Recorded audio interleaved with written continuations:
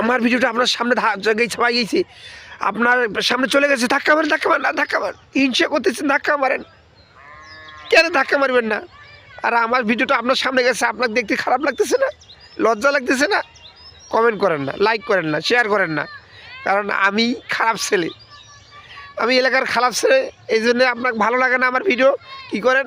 Video দেখেন, চুপি চুপি কিন্তু ভিডিওটা দেখেন, কী করেন? ধাক্কা মারেন।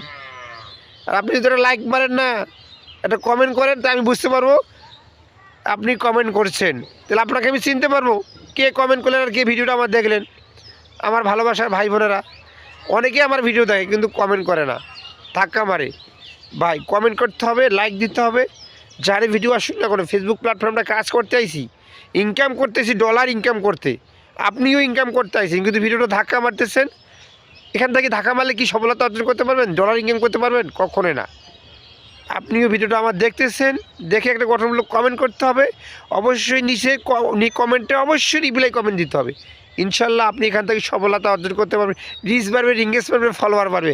ধন্যবাদ সবাইকে।